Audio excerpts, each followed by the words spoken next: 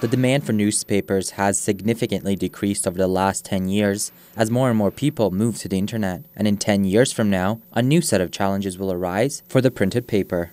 As we seem to catch up a little bit, our industry at least on desktop, we're seeing it progressively, rapidly going to mobile.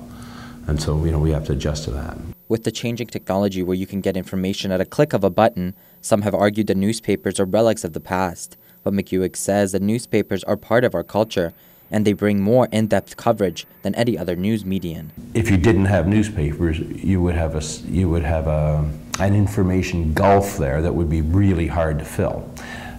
So that's why newspapers are important. That's why they've been so successful over the years. And there still is a lot of, the traditional readership pattern where people like to sit down with a newspaper and a cup of coffee and whatever, and that's part of the routine, and it's a cultural thing, which is still, it's not to be underestimated, and it's still stronger than many people think.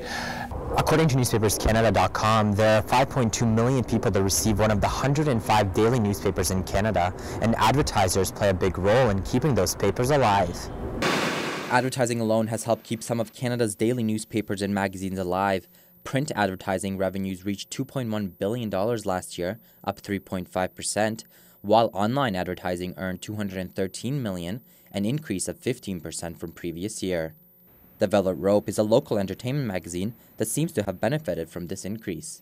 It was not impossible for me to call my big clients like Live Nation and say, hey, it's Carrie. You remember when I did that cover story on that band that was coming through? I'm going to put out a magazine. And they were very, very supportive, and they put advertising in the magazine all the time. And as the traditional newspapers slowly move to online, the jobs in the industry will eventually be harder to obtain. So just like any industry, I feel the print media industry is changing. And even though newspapers may go online, there are still other print publications like magazines and newsletters and stuff like that. So finding a job shouldn't be hard for someone who has those skills. That's why I chose print journalism, because you learn writing skills and things that are transferable to other industries. But in the age where we have the iPads, iPhones, and internet, many have argued that print media is not necessary.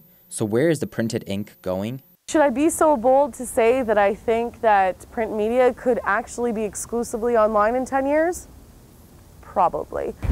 The future of the Canadian print industry may not be clear as they continue to face challenges and competition.